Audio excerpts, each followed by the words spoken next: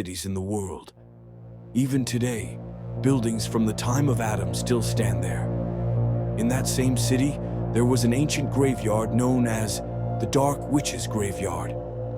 This witch, during her lifetime, took many innocent lives through black magic.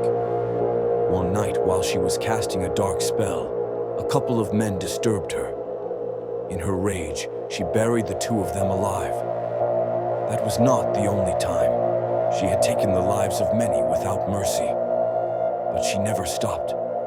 One fateful night, she was preparing to sacrifice an innocent child.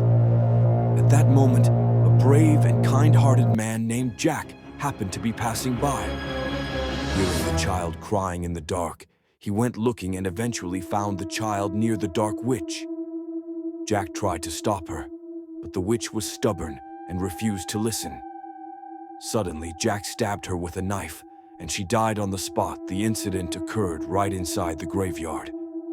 Out of fear, Jack dug a grave then and there and buried the witch. But even though the witch died, her evil spirit did not rest. Jack fled the scene with the child. Unfortunately, just a few days later, the witch's evil spirits found Jack and the child and killed them both. From that day on, the graveyard became infamous as the Dark Witch's Graveyard. 2 years later, on Halloween night, a group of friends were sharing scary stories when one of them brought up the tale of the Dark Witch's Graveyard. He told the entire story in detail, but 3 of the friends laughed it off, calling it nonsense and fake. They made a bet to go visit the graveyard themselves. Everyone warned them not to go, but they wouldn't back down. As they drove toward the graveyard, their car began to break down slowly. Eventually, they reached the entrance. Just before entering, a black cat crossed their path.